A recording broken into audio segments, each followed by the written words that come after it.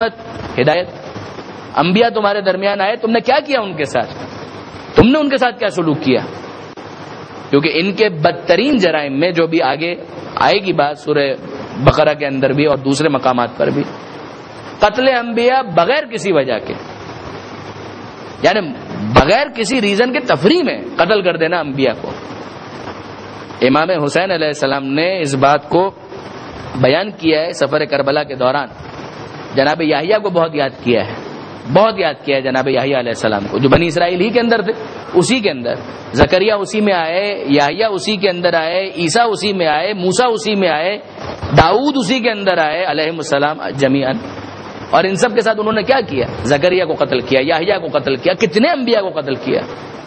اس میں امام کا وہ جملہ آپ نے اکثر سنا ہوگا جو سفر کربلا کے دوران امام نے کہا تھا کہ اس دنیا کی بے وقتی کے لیے یہی بہت کافی ہے کہ یحییٰ جیسے نبی کا سر کاٹ کے ایک زن بدکار کے پاس بھیج دیا جائے, ایک بدکار عورت کے پاس بھیج دیا جائے تحفے کے طور پر, یہ گفٹ ہے میری طرف سے.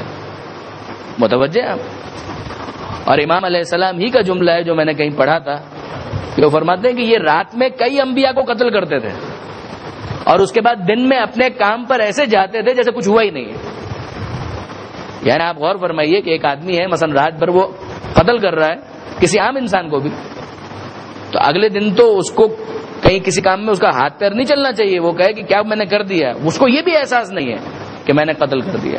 کہ بنی اسرائیل والے رات میں کئی انبیاء کو قتل کرتے اور اگلے دن اپنے کام دھندے پر اس طرح سے جاتے تھے کہ جیسے کچھ ہوا ہی نہیں ہے, نتھنگ ہیز بین ڈن, کچھ ہوا ہی نہیں. کیا ہوا؟ کچھ بھی نہیں ہوا.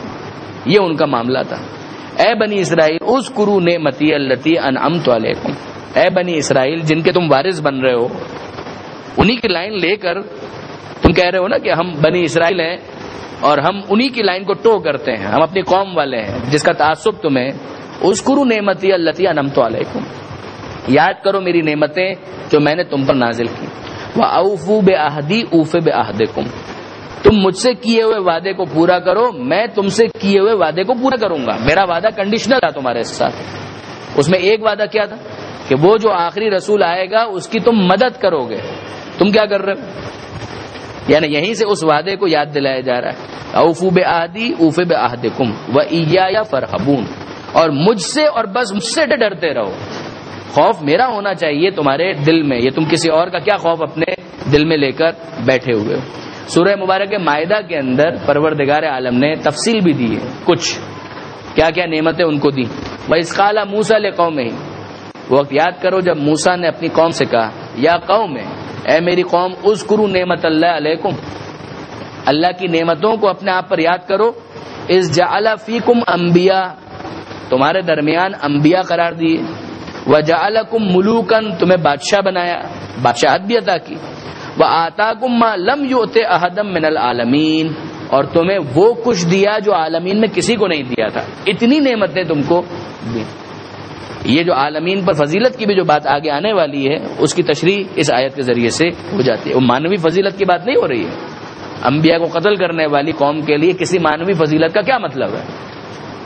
وآمنوا, اب پروردگار آگے کہتا ہے آیت نمبر 41 میں, وآمنوا بما انزلت مصدقا لما معکم, اے بنی اسرائیل ایمان لاؤ اس پر جو میں نے نازل کیا ہے. خدا کہتا ہے جو میں نے نازل کیا ہے اس پر ایمان لاؤ. قرآن مصدقا لما معکم, اور یہ قرآن تصدیق کرنے والا ہے, توریت کی انجیل کی تصدیق کر رہا ہے. یہ قرآن یہ نہیں کہہ رہا ہے کہ موسیٰ کوئی نبی نہیں تھے, عیسیٰ کوئی نبی نہیں تھے. یہ ہم پہلے ہی پڑھ چکے ہیں جہاں متقین کی صفتیں بیان ہوئی ہیں. یؤمنون بما انزل الیک وما انزل من قبلک, اے حبیب یہ اس پر بھی ایمان لاتے ہیں جو آپ پر نازل ہوا, اور اس پر بھی ایمان لاتے ہیں جو آپ سے پہلے نازل ہوا. اس پر بھی ایمان لاتے ہیں, اس کو ڈسون نہیں کرتے. توریت برحق, انجیل برحق, آدم سے لے کر خاتم تک سارے انبیاء برحق. تحریف ہو چکی وہ ساری باتیں اپنی جگہ پر, مگر کیا توریت نام کی کوئی کتاب نازل ہوئی تھی؟ جی ہاں. انجیل نام کی کوئی کتاب نازل ہوئی تھی؟ جی ہاں بالکل نازل ہوئی تھی. کیا ہم اس پر ایمان رکھتے ہیں؟ بالکل ایمان رکھتے ہیں. کیا موسیٰ علیہ السلام, عیسیٰ علیہ السلام کو ہم نبی مانتے ہیں؟ بالکل نبی مانتے ہیں. ہم کوئی اجنبیت کا رشتہ نہیں رکھتے ان کے ساتھ.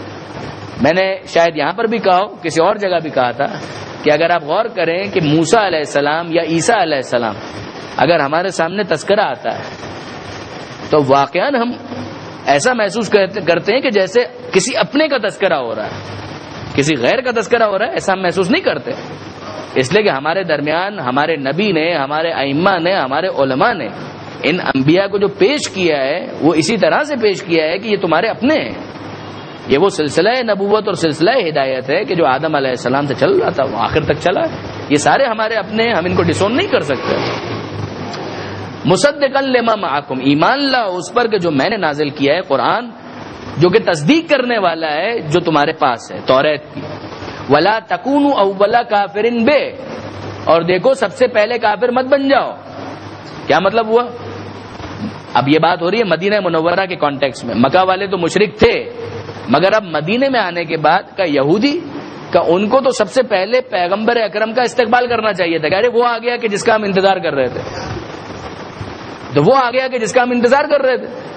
وہ آ کر آباد ہوئے تھے مدینہ منورہ میں اسی انٹینشن کے ساتھ کہ وہ آخری رسول آئے گا تو اس کی ہم مدد کریں گے. کہ تم کو تو سب سے پہلے ایمان لانا چاہیے تھا، تم کیا کر رہے ہو؟ لا تکونوا اول کافر بے، سب سے پہلے کافر تم بن گئے. یعنی نعوذ باللہ من ذالک، صرف سمجھانے کے لیے عرض کروں کہ امام زمانہ عجل اللہ تعالی فرجہ الشریف کا جب ظہور ہوگا، اس کے اندر تنبیہ ہے، اس کے اندر واقعاً موعظہ ہے، اس کے اندر واقعاً ڈرنے والی بات کا. سب سے زیادہ امام زمانہ کا تذکرہ کون کر رہا ہے اس وقت؟ شیعہ. سنی بھی کر رہے ہیں، کم کم کر رہے ہیں، وہابی بھی کر رہے ہیں، کم کم کر رہے ہیں. پیدا ہوگا، بعد میں ہوگا، یہ ہوگا، وہ ہوگا. سب سے زیادہ کون تذکرہ کر رہا ہے؟ شیعہ. آپ انصاف سے مجھے بتائیے، اگر امام زمانہ کا جب ظہور ہوتا ہے اس وقت کسی وجہ سے اگر شیعوں ہی کے اندر کوئی ایک آدھ گروہ ایسا نکلا ہے وہ کہ ہم نہیں مانتے، ارے کل تک تم بول رہے تھے امام زمانہ کا ظہور ہو، جلد ظہور ہو، جلد ظہور ہو، جلد ظہور ہو، اور اس کے بعد جب وہ آئے تو تم ہی کہہ رہے ہو کہ جاؤ جان چھوڑاؤ، ہمیں نہیں آنا ہے. یہ دو نمبری کس لیے؟ یہ کئی دفعہ ہوتا ہے، انسان اپنے انٹرسٹ کی وجہ سے، اپنے ویسٹیج انٹرسٹ ہوتے ہیں، اس کی وجہ سے انسان اپنے مادی جو مفادات ہوتے ہیں ان کی وجہ سے حق کو چھوڑ دیتا ہے. یہ بہت بدبختی ہے واقعہ. اور اس کو سمجھانے کے لیے میں نے بعض مقامات پر کہا تھا اسی آیت کو سمجھاتے ہوئے کہ آپ انصاف سے مجھے بتائیے، صرف امام زمانہ کے مقابلے پر ایک نام آیا ہے حاضر امام کے نام پر کسی کریکٹر لیس انسان کا. ارے وہ یہ سسٹم دے دیا، یہ سسٹم دے دیا، یہ کر دیا اور وہ کر دیا، فلاں کر دیا، ڈھمکانا کر دیا. ہمیں تو نفرت ہونی چاہیے اس آدمی سے کہ جو امام زمانہ کے نام پر جو مقابلے پر آ کر امامت کا دعوے دار ہو. ہمیں تو اس کے نام سے بھی نفرت ہونی چاہیے. وہ کہا کہ نہیں، ہم تو اس کے نام والے ادارے سے ایفیلیٹ بھی کر رہے ہیں اور یہ بھی کر رہے ہیں اور وہ کر رہے ہیں. یہ کیا ہے؟ تو اتنی جلدی؟ ابھی تو امام زمانہ کا ظہور بھی نہیں ہوا ہے. ظہور سے پہلے ہی یہ کیفیت ہے کہ فرق کیا پڑتا ہے، صرف نام ہی تو ہے ان کا.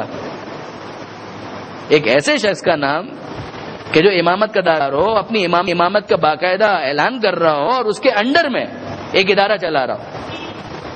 اور ایفیلیٹ کون کر رہے ہیں؟ شیعہ ادارے، سارے کے سارے اثناعشری ادارے جو ہے سب سے پہلے جا رہے ہیں وہاں پر انہیں ایفیلیشن کے لیے. لا تکونوا اول کافر بے، تم کو سب سے پہلا کافر بننے کا شوق کیوں ہو گیا؟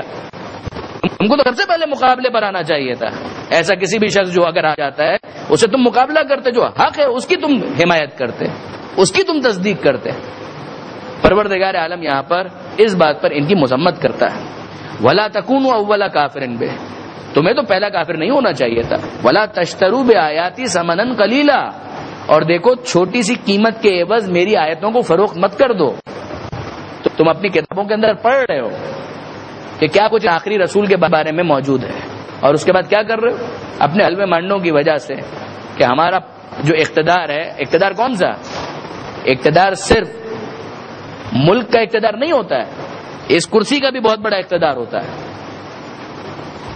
میں آپ سے انصاف کے ساتھ کہہ رہا ہوں کہ اگر انسان دہک جائے تو یاد رکھیے گا کہ صدارت اور وزارت عظمیٰ کی کرسی کے اندر وہ مزہ نہیں ہے کہ جو اس کرسی کے اندر مزہ ہے.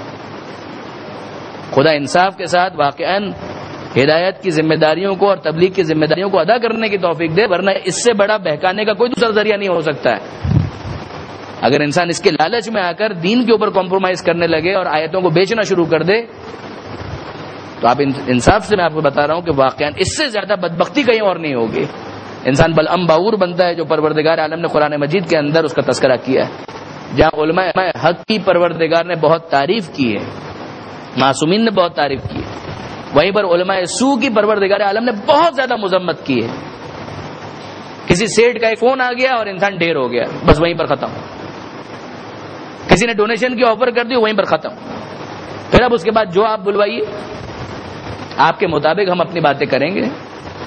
دین کیا کہتا ہے، اسلام کیا کہتا ہے، قرآن کیا کہتا ہے، امام زمانہ کی کیا حرمت ہے، وہ ساری چیز سائڈ پر ہو گئی، کچھ بھی باقی نہیں بچا. اب ہم سے وہ کہلوائیے کہ جو آپ چاہتے ہیں. یہ ہے پیڈ موعظہ کرنے والا، اور ایسا پیڈ موعظہ کرنے والا کہ جس کے لیے پیمنٹ اور اس کا پیٹ، بس یہی دو چیزیں سب سے امپورٹنٹ ہیں. اس کے بعد اصول کیا ہوتے ہیں، اس کے بعد حق کیا ہوتا ہے، حقانیت کیا ہوتی ہے، اس کی کوئی پرواہ نہیں ہے. امام زمانہ کی حرمت کیا ہوتی ہے، اس کی کوئی پرواہ نہیں ہے. روایتوں کے اندر آیا ہے کہ اگر بھیڑوں کے غلے کے اندر ایک بھیڑیے کو چھوڑ دیا جائے تو وہ اتنا نقصان نہیں پہنچاتا ہے جتنا دنیا دار اگر عالم اگر کوئی ہے، میں خلاصہ عرض کر رہا ہوں، وہ جتنا نقصان پہنچاتا ہے اتنا نقصان وہ بھیڑیا نہیں پہنچاتا ہے کہ جیسے بھیڑوں کے غلے کے اندر کھلا چھوڑ دیا جائے جس کا رکھوالا موجود نہ ہو. بڑی بدبختی ہے، بڑی بدبختی ہے کہ اگر انسان اپنے آپ پر کنٹرول نہ کر پائے. اعاذنا اللہ منہ. پروردگار عالم ہم سب کو محفوظ رکھے. ولا تشتروا بآیاتی ثمنا قلیلا، اور دیکھو میری آیتوں کو چھوٹی سی قیمت، جو بھی تم کو دنیا میں مل گیا وہ چھوٹی قیمت ہے. جو پروردگار عالم کی آیتوں کو تم بیچ رہے ہو اس کی کوئی قیمت بڑی ہو ہی نہیں سکتی، چھوٹی قیمت ہے، مختصر قیمت ہے. وَإِيَّايَ فَاتَّقُونَ، اور دیکھو صرف اور صرف میرا تقوی اختیار کرو. ذَلِكَ الْكِتَابُ لَا رَيْبَ فِيهِ هُدًى لِّلْمُتَّقِينَ، جو بار بار میں نے عرض کیا، صرف اور صرف میرا تقوی اختیار کرو. میرا خوف اپنے دل میں ہونا چاہیے. میرے بارے میں سوچو کہ فکر نجات تمہیں ہے کہ نہیں ہے، نجات کے بارے میں فکر مند ہو یا نہیں. ایایا فاتقون ولا تلبسوا الحق بالباطل، اور دیکھو خبردار حق کو باطل کے ساتھ مت ملاؤ. اے بنی اسرائیل، یہ حق کو باطل کے ساتھ مت ملاؤ. یہ جو تم مکس اپ کر دیتے ہو چیزوں کو، جو گمراہ کرنے کے لیے لپیٹ لپیٹ کر پیش کرتے ہو، ریپر کے اندر پیش کرتے ہو، یہ مت کرو. حق کو حق بتاؤ، باطل کو باطل بتاؤ. وَتَكْتُمُوا الْحَقَّ، اور جو حق کو چھپاتے ہو یہ بھی مت کرو. دو چیزیں، ایک یہ ہے کہ حق کے اوپر پردہ ڈال دیا جائے، اور ایک یہ ہے کہ حق کو باطل کے ساتھ مکس کر دیا جائے. پردہ ڈال دیا تو دکھ ہی نہیں رہا، مکس کر دیا تو جو اس کی اصل شکل ہے وہ نہیں دکھ رہی ہے. یہ دونوں چیزیں نہیں ہونی چاہیے. وَأَنْتُمْ تَعْلَمُونَ، جبکہ تم کو پتہ بھی ہے، کوئی ڈھکا چھپا معاملہ نہیں ہے، تمہارے لیے بالکل کلیئر ہے. اب دیکھیے کسی بھی قوم کے اندر ایک ہوتی ہے ایلیٹ اور ایک ہوتے ہیں عوام. ایلیٹ کلاس کے اندر عام طور پر تو ہم کہتے ہیں نا کہ جو پیسے والے ہیں وہ ایلیٹ کلاس ہے. اسی طرح سے ایک طبقہ ہے جو علماء کا ہے اور ایک طبقہ ہے جو عوام کا ہے.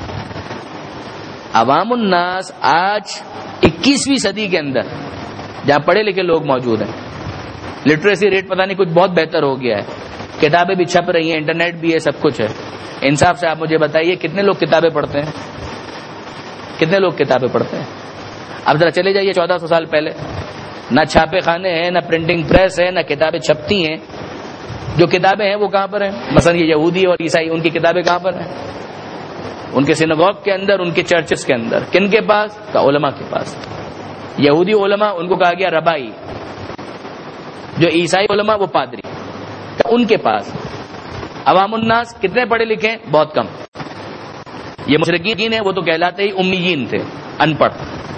اور یہ جو پڑھے لکھے تھے ان کے اندر بھی جو ان کی ایلیٹ ہے وہ پڑھی لکھی ہے. عوام الناس پڑھے لکھے نہیں ہیں. تو اب وہ کیا کر رہے ہیں؟ اپنے پادریوں سے، اپنے علماء سے پوچھ رہے ہیں بتاؤ کیا لکھا ہوا ہے کتابوں کے اندر، اور ان کے علماء بتا رہے ہیں جو بتا رہے ہیں تھا وہی لکھا ہوا ہے، بس اس کے علاوہ کچھ بھی نہیں. تو ان کے پاس تو چیک کرنے کا کوئی سورس بھی نہیں تھا. آج سورسز اویلیبل ہیں، پھر بھی اس کے بعد کتنے ہیں جو چیک کرتے ہیں؟ کتنے ہیں جو چیزوں کو باقاعدہ تحقیق کی منزل سے گزارتے ہیں؟ نہیں کرتے. تو اس زمانے کے اندر جب سب کچھ دار و مدار اسی پر ہے کہ وہ مولوی کیا بول رہا ہے وہاں کا، ان کا ربائی کیا کہہ رہا ہے، ان کا عالم کیا بول رہا ہے، ان کا پادری کیا بول رہا ہے. اب اس کو واپس دیکھیے، لا تلبسوا الحق بالباطل، حق کو باطل کے ساتھ مت مکس اپ کرو، ملاؤ مت. وتکتموا الحق، اور حق کو چھپاؤ بھی مت. وانتم تعلمون، جبکہ تم کو معلوم ہے. مولا کا یہاں پر ایک تبصرہ بہت امپورٹنٹ ہے نہج البلاغہ کے اندر. مولا فرماتے ہیں فلو ان الباطل، اگر باطل کو حق سے بالکل الگ کر دیا جائے اور پھر پیش کیا جائے، یعنی مارکیٹ میں کیا کہا جائے یہ حق ہے یہ باطل ہے، عوام الناس کوئی ایک بھی باطل کو نہیں لے گا. اگر باطل کو باطل بتا کر پیش کیا جائے تو لوگوں میں سے کوئی ایک بھی اس کو قبول نہیں کرے گا، لوگ حق کو قبول کریں گے. لیکن ہوتا کیا ہے، آپ باطل سے الگ ہو تو معاندین کی زبانیں اس پر نکتہ چینی سے بند ہو جائے، کوئی نکتہ چینی نہیں کرے گا اس کے اوپر، حق کے اوپر۔ ہوتا یہ ہے یؤخذ من ھذا ذئسن و من ھذا ذئسن، مولا کہتے ہیں کہ ایک مٹھی اس میں سے اٹھائی جاتی ہے، ایک مٹھی اس میں سے اٹھائی جاتی ہے، فیمزجان، اس کے بعد دونوں کو مکس اپ کیا جاتا ہے، اس کا پیڑا بناتے ہیں اور اس کے بعد پھر پیش کرتے ہیں کہ یہ لو، اس کو قبول کرو، یہ حق ہے۔ وہ یہ نہیں کرتا ہے کہ حق کو پیش کرے، یہ حق ہے، یہ باطل ہے، اس کو اب تمہاری چوائس، کس کو لیتے ہو؟ نہیں، ایسا نہیں کرتا ہے وہ ایسا نہیں کرتا ہے۔ جو باطل کو پیش کرنا چاہتا ہے وہ حق اور باطل دونوں کو مکس اپ کرتا ہے، جس کو میں نے سمجھانے کے لیے پہلے بھی کہا تھا کہ اگر کسی کو جھوٹ بولنا ہے تو کیا وہ یہ اعلان کر کے بولے گا کہ میں جھوٹ بول رہا ہوں؟ وہ کبھی یہ نہیں کرے گا کہ وہ کہے گا کہ میں جھوٹ بول رہا ہوں۔ وہ حق اور باطل دونوں کو ملائے گا، سچ اور جھوٹ کو ملائے گا، دو سچ بولے گا اور اس کے ساتھ پھر تین جھوٹوں کو جوڑے گا اور اس کے بعد پیش کرے گا یہ کامل سچ ہے، اس کو قبول کرو۔ اس کے بعد چیزیں جو ہے پوشیدہ ہو جاتی ہیں۔ اسلام کا ٹارگٹ یہ ہے کہ اس کو بالکل الگ الگ پیش کر دیا جائے، قد تبین الرشد من الغی والی بات ہو جائے، اور باطل کے دل کے درمیان جو ایک پردہ ہے اس کو ہٹا دیا جائے۔ برادران عزیز، واقعا یہ بہت امپورٹنٹ کام ہے، یہ بہت امپورٹنٹ، چیز کو جیسی وہ ہے ویسے پیش کر دیا جائے، بس خالص کر کے پیش کر دیا جائے۔ اسلام اس کے علاوہ اور کچھ نہیں چاہتا۔ باقی عوام الناس جو ہے اس کی اکثریت قبول کرے گی اگر تعصب ان کا ختم ہو جائے، ان کے ذہن میں سے نکال دیا جائے تعصب کو، اور چیز کو وہ دیکھیں حق ہوگا وہ قبول کر لیں گے۔ لا تلبسوا الحق بالباطل وتکتموا الحق وانتم تعلمون، تم جانتے ہو اس بات یہ حرکت مت کرو۔ واقیموا الصلاۃ وآتوا الزکاۃ وارکعوا مع الراکعین، نماز کو قائم کرو، زکوٰۃ کو ادا کرو اور رکوع کرو رکوع کرنے والوں کے ساتھ۔ یہ ویسے بھی نصیحت ہے، بنی اسرائیل کے لیے بھی یہ معاملہ تھا۔ نماز قائم کرو، ایک ہے انڈیویجل نماز پڑھنا اور ایک ہے معاشرے کو نمازی بنانا۔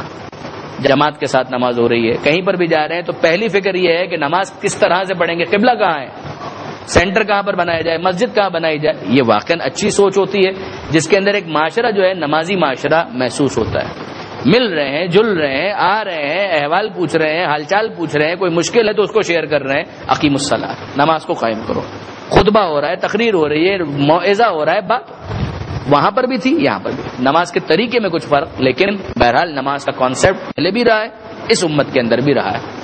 تو جنرل نصیحت بھی ہے، اور اس زمانے میں بنی اسرائیل سے بھی یہ کہا گیا تھا کہ نماز قائم کرو، زکوٰۃ ادا کرو، حقوق اللہ حقوق الناس، اللہ کے سامنے سجدہ ریز ہو جاؤ اور دوسرے لوگوں کے حال سے بے خبر مت رہو۔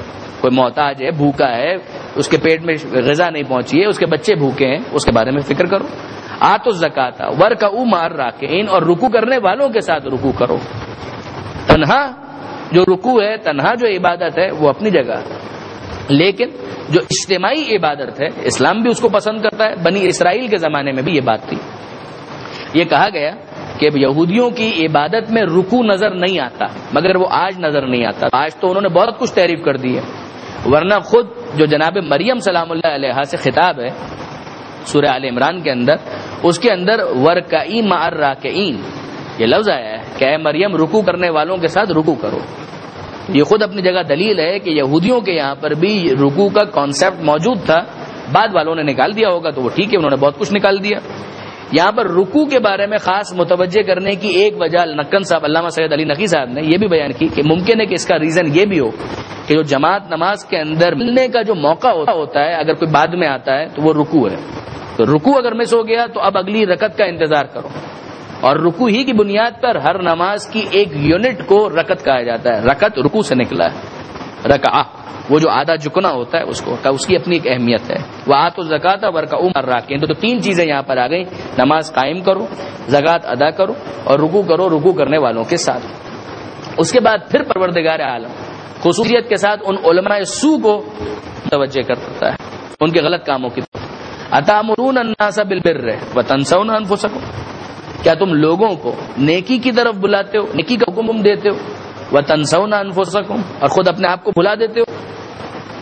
بھائی وہاں پر بھی اگر فرض کیجئے کوئی اگر جا رہا ہے ممبر پر یا کوئی جا رہا ہے اسٹیج پر تو کیا بول رہا ہے؟ بظاہر تو یہی بول رہا ہے، سچ بولو، جھوٹ مت بولو، حق کا اعلان کرو، باطل کو پروموٹ مت کرو۔ اور کر کیا رہے ہو تم؟ خود کیا کر رہے ہو؟ توریت میں، انجیل میں جس نبی کا تذکرہ آیا ہے وہ تمہارے سامنے موجود ہے، تم اسی کا کہہ کر پوری یہودی قوم کو لے کر آئے تھے، اور اس کے بعد تم کیا کرا؟ تأمرون الناس بالبر وتنسون انفسکم۔ اب یہ ظاہر ہے کہ عمومی ایک نصیحت کہ اگر کوئی امر بالمعروف کرنا چاہتا ہے، نہی عن المنکر کرنا چاہتا ہے، تو he has to start from himself, خود اپنی ذات سے شروع کرے، ورنہ اس کی جو بات ہے اس کے اندر وہ اثر بھی پیدا نہیں ہو پائے گا، مشکل ہے۔ دل سے جو بات نکلتی ہے اثر رکھتی ہے، پر نہیں طاقت پرواز مگر رکھتی ہے، وہ بالکل صحیح بات ہے کہ انسان جب بولے کہ سچ بولو تو خود بھی سچ بولے، جب وہ بولے کہ نماز پڑھو تو خود بھی نماز پڑھے۔ یہ نہیں کہا جا رہا کہ اگر نماز نہیں پڑھتے تو یہ بولو کہ نماز مت پڑھو، بولنا تو پھر بھی یہی ہے کہ نماز پڑھو۔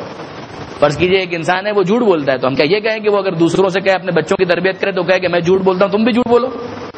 یہ نہیں ہے مقصد، یہ ہے حق، یہ ہے عدل کا تقاضا، یہ ہے کہ جب تم دوسروں کو نصیحت کرتے ہو اس کا مطلب کیا ہے؟ تمہارے خلاف اتمام حجت ہو گیا کہ تم اس بات کو جان رہے ہو کہ حق یہی ہے کہ سچ بولنا چاہیے، تو پھر تم خود سچ کیوں نہیں بول رہے ہو؟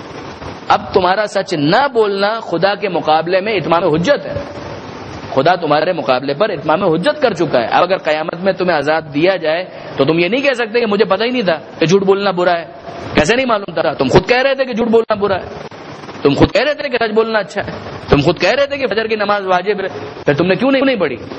جب تمہیں معلوم بھی تھا تو حق یہ تھا کہ تمہیں پڑھنا چاہیے۔ تو اللہ تعالیٰ کیا تم عقل استعمال نہیں کرتے؟ یعنی 2+2=4 ہے۔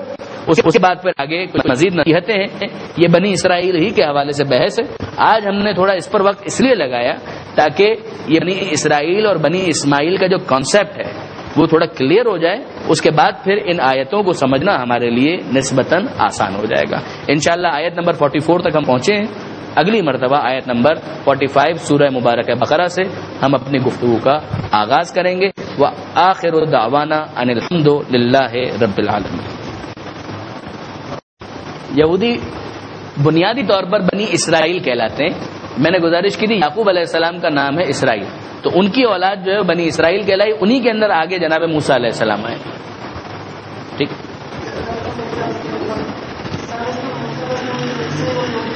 ہاں یہ اسی فیملی کے اندر ہے، ہاں یہ اسی کے اندر ہے۔ منقسم ہو گئے عقیدے کے اعتبار سے، تقسیم جو ہوئے ہیں وہ عقیدے کے اعتبار سے کہ وہ موسیٰ علیہ السلام کے آگے کسی کو نہیں مان رہے یہودی جو ہیں، جو یہودی آج کہلاتے ہیں، ورنہ عیسائی جو ہیں وہ بھی بنی اسرائیل سے ہی ہیں، لیکن آج جو یہودی کہلاتے ہیں وہ یہ ہے کہ بھئی بنی اسرائیل کے وہ حصہ کہ جو موسیٰ علیہ السلام کے اوپر توقف کر لیا جس نے۔ یہودا بھی ایک شخص کا نام ہے کہ جس کی نسبت سے ان کو یہودی کہا، اور ایک اس کا مطلب یہ کہا گیا کہ جو اپنے زوم میں ہدایت یافتہ اپنے آپ کو سمجھتے ہیں۔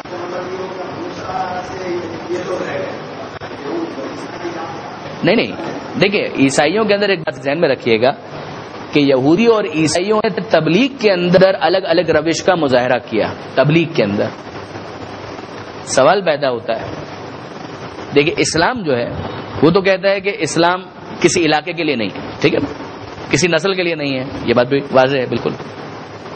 کیا یہودیت بھی یہی کہتی ہے؟ یہودیت یہ نہیں کہتی، یہودیت کہتی ہے کہ جو شریعت ہے نا وہ ہمارے لیے ہے، وہ ہمارے لیے، ہم بنی اسرائیل کے لیے۔ موسیٰ علیہ السلام آئے تھے کس کے لیے؟ ہم بنی اسرائیل کے لیے۔ ہم کون ہیں؟ ہم اللہ کے چہیتے ہیں، ہم اللہ کے چہیتے ہیں، باقی سب کون ہیں؟ رکیے بات سنیے میری۔ انہوں نے کہا کہ یہ جو شریعت وغیرہ جو ہے نا وہ صرف ہمارے لیے ہے، باہر والوں کے لیے نہیں۔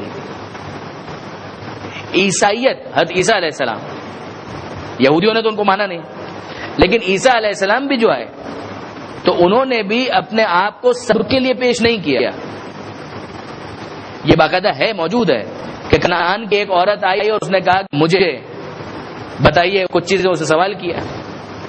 مجھے نہیں معلوم کہ حضرت عیسیٰ علیہ السلام نے واقعی کہا یا نہیں کہا، لیکن بہرحال انجیل کے اندر موجود ہے کہ حضرت عیسیٰ علیہ السلام نے کہا کہ یہ مناسب نہیں ہے کہ اپنے گھر کی روٹی کتوں کے آگے ڈال دی جائے۔ دیکھیے بحث اس پہ نہیں ہو رہی، سنیے ہماری بات کو۔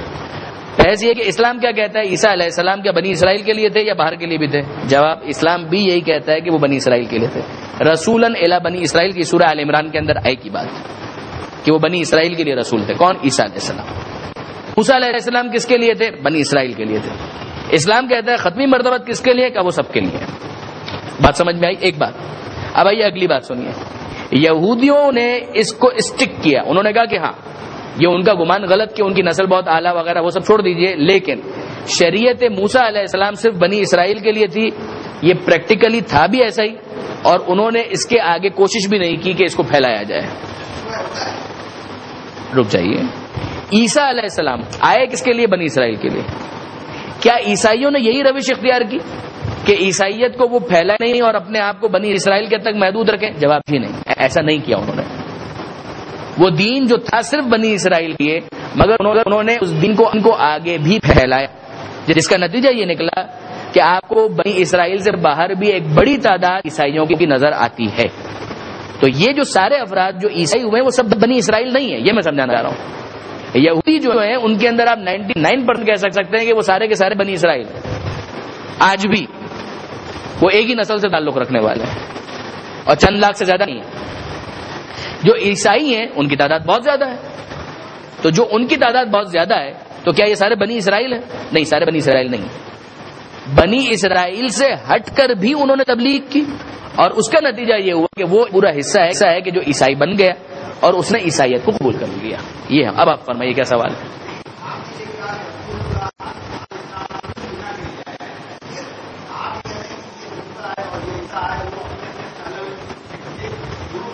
جی ہاں، بالکل ہوتا ہے. سوال انہوں نے یہ کیا کہ کیا حضرت موسیٰ علیہ السلام کا صرف بنی اسرائیل کے لیے آنا یا حضرت عیسیٰ علیہ السلام کا صرف بنی اسرائیل کے لیے آنا کیا یہ جسٹیفائی ہوتا ہے؟ یہ بالکل جسٹیفائی ہوتا ہے. پہلے تو تھا ہی یہ، ماں سوائے چند مقامات کے آپ زیادہ تر ملے گا یہی کہ جو نبوتیں ہوتی تھی وہ محدود ہوتی تھی. پیغمبر اکرم یعنی ہمارے نبی صلی اللہ علیہ وسلم، جس کو نبوت خاصہ کہتے ہیں، ان کے خصائص میں سے یا ان کی اہم جو مراتب اور فضائل ہے اس میں سے ایک ہی ہے کہ ان کی رسالت نہ زمانے کے اعتبار سے بائنڈنگ ہے اس کی کہ اتنے زمانے تک چلے گی، اس کے بعد نہیں ہے. آج عیسیٰ علیہ السلام کی نبوت ختم ہو چکی، موسیٰ علیہ السلام کی نبوت ختم ہو چکی، تو کیوں ختم ہو گئی؟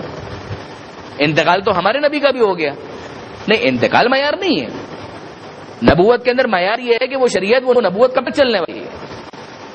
جو ماضی کی نبوتیں ہیں وہ ٹائم کے ساتھ لمیٹڈ تھیں، وقت ختم نبوت ختم. یعنی وہ نبی اپنی کیپیسٹی کے اندر قیادت میں نبی کے طور پر وہ ایک الگ بحث ہے.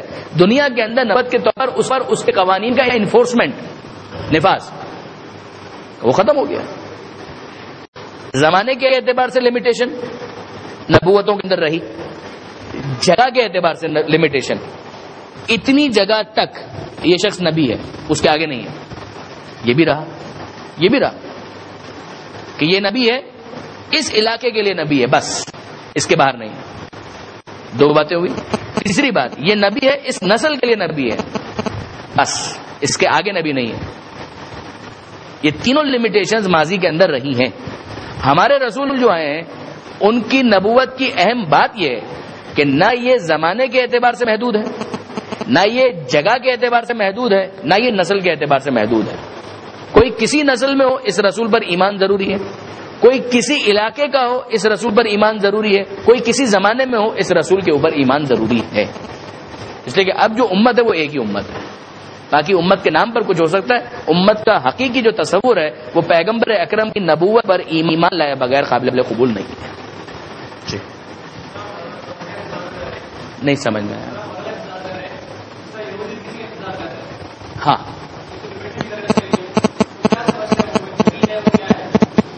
دیکھیے، یہ تو اس میں کوئی شک نہیں ہے کہ اصولی طور پر تو وہ آخری، دیکھیے انہوں نے تو ایک درمیان کی کڑی کو بھی مس کیا ہے. سوال ان کا ہے یہودی جو انتظار کر رہے ہیں وہ کس کا کر رہے ہیں؟ انہوں نے درمیان میں ایک کڑی کو مس کیا، وہ حضرت عیسیٰ علیہ السلام تھے. اس کو تو انہوں نے پہلے ہی مس کر دیا نا. اس کے بعد جو ان کے پاس تھا کہ ایک اور نبی بھی آنے والا ہے، تو بہرحال انتظار تو ہے، وہ انتظار گڈمڈ ہو گیا. یہ وہ ساری چیزیں، لیکن چونکہ پیغمبر اکرم کی نشانیاں موجود تھیں اور ان کے علماء تو بہرحال جان رہے تھے کہ عیسیٰ علیہ السلام کے کیس میں بھی کیا فراڈ کیا ہے انہوں نے. اور پھر دوسری بات یہ کہ وہ آخری رسول کہاں پر آئے گا، تو مدینے میں آ کر آباد ہو گئے تھے. خیبر آباد ہوا، مدینہ آباد ہوا، وہ اسی اسپرٹ کے ساتھ آباد ہوا کہ بہرحال آخری نبی کی ہم حمایت کریں گے، اس کی مدد کریں گے. تو ایک کڑی پہلے انہوں نے مس کی، دوسری کڑی کو بعد میں انہوں نے مس کیا، اور اب اس کے بعد یہ انتظار جو ان کا ہے اس کو لنک کیا گیا ہے دجال کے ساتھ. یہ یاد رکھیے گا، یہ بھی ان کا ایک عقیدہ کہ وہ دجال آنے والا ہے، وہ آنے والا ہے، اور وہ آنے کے بعد یہودیت کو پروموشن دے گا، یہ کرے گا وہ کرے گا. اس کو اپنی جگہ پہ رکھیے. اینٹی کرائسٹ اس کو عام طور پر یہ لوگ کہتے ہیں، اینٹی کرائسٹ، دجال اینٹی کرائسٹ. لیکن اب اس کی کیا تفصیل ہے وہ اس وقت ہمارے موضوع سے خارج ہے، لیکن بہرحال وہ انتظار کر رہے ہیں. یہ بات آپ کی بالکل ٹھیک ہے. کڑیاں مس کر چکے ہیں، وہ دونوں کڑیاں مس ہو گئی ہیں۔ عوام الناس کی اگر آپ بات کریں، حضرت عیسیٰ علیہ السلام کو پہلے انہوں نے مس کیا اور آخری رسول کو بھی جاننے کے بعد انہوں نے انکار کر دیا۔ جو عبارت یہاں پر آئے گی نا، وہ آپ دیکھیں گے کہ اس طرح سے پہچانتے ہیں اس رسول کو جس طرح سے اپنی اولاد کو پہچانتے ہیں، یعنی یہ معاملہ ان کے علماء کے لیے سسپیشیس نہیں تھا۔ وانتم تعلمون، آپ نے سنا حق کو باطل کے ساتھ مت ملاؤ، لا تلبسوا الحق بالباطل وتکتموا الحق وانتم تعلمون، نہ حق کو باطل کے ساتھ ملاؤ، نہ حق پر پردہ ڈالو جبکہ تم جانتے ہو۔ وانتم تعلمون، یہ وانتم تعلمون بہت امپورٹنٹ ہے، پہچاننے کے بعد انکار کرنا۔ تو جان بوجھ کے انہوں نے انکار تو کیا۔ عوام الناس سب کو الزام ہم نہیں دے سکتے، لیکن عوام الناس کی یہ غلطی چھوٹی نہیں ہے کہ انہوں نے ایسے کرپٹ لوگوں کو اپنا لیڈر اور اپنا مقتدی کیوں بنا لیا، جس پر ان کی مذمت ہے قرآن مجید کے اندر۔ اتخذوا احبارهم ورهبانهم اربابا من دون اللہ، کہ انہوں نے اپنے احبار، اپنے رہبان، اپنے علماء کو ارباب، رب بنا لیا اللہ کو چھوڑ کر۔ ایسا کیسے ایکسپٹ کر لیا ان لوگوں نے؟ اس پر ان کی مذمت کی گئی ہے۔ تو بہرحال اپنی جگہ پر وہ کڑیاں تو مس کر چکے ہیں، اب جس کا انتظار کر رہے ہیں وہ اس کو اینٹی کرائسٹ بولتے ہیں، مسیح بھی بولتے ہیں، اور دجال کے طور پر بھی ان کامنلٹیز کو دیکھتے ہوئے بہت سے علماء نے انٹرپریٹ کیا ہے کہ یہ اسی دجال کا انتظار کر رہے ہیں۔ خیر،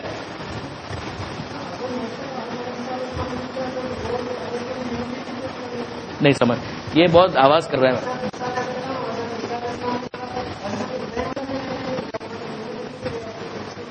ہاں، یہ انہوں نے بہت اچھا سوال کیا کہ کیا حضرت ابراہیم علیہ السلام ہم بھی لمیٹیشنز کے ساتھ تھے؟ ہم یہ کہیں گے کہ حضرت ابراہیم علیہ السلام کے زمانے میں کوئی دوسرا نبی نہیں تھا، جناب علیہ السلام کا تذکرہ ہمیں ملتا ہے، لیکن جناب ابراہیم علیہ السلام خود ان کے لیے جو سورہ بقرہ ہی کے اندر اعلان ہوگا وہ آپ پڑھیں گے، انی جاعل للناس اماما، اے ابراہیم میں انسانوں کے لیے تم کو امام بناتا ہوں۔ اس لیے بہت سے علماء نے یہ کہا کہ ابراہیم علیہ السلام کی امامت جو ہے وہ بھی انسانوں کے لیے تھی، یعنی وہ کہتے ہیں کہ آپ گنیں گے نا تو حضرت ابراہیم علیہ السلام امام ہے، اسی طرح سے ہمارے نبی وہ بھی امام ہے، اور ہم کہتے ہیں بارہ امام، ورنہ ان سے پہلے بھی امامت کے عہدے پر خود پیغمبر اکرم تو بہرحال تھے، اسی کے اندر جناب ابراہیم علیہ السلام کو بھی وہ شامل کر دیں۔ پروردگار عالم آپ کا، ہمارا، ہم سب کا حامی و ناصر ہو، ہمیں ہدایت کو حاصل کر کے اس پر ثابت قدمی کے ساتھ ڈٹے رہنے کی توفیق عطا فرمائے۔ مالک کے واسطہ محمد و آل محمد کا قرآن مجید سے استفادے کی توفیق عطا فرما۔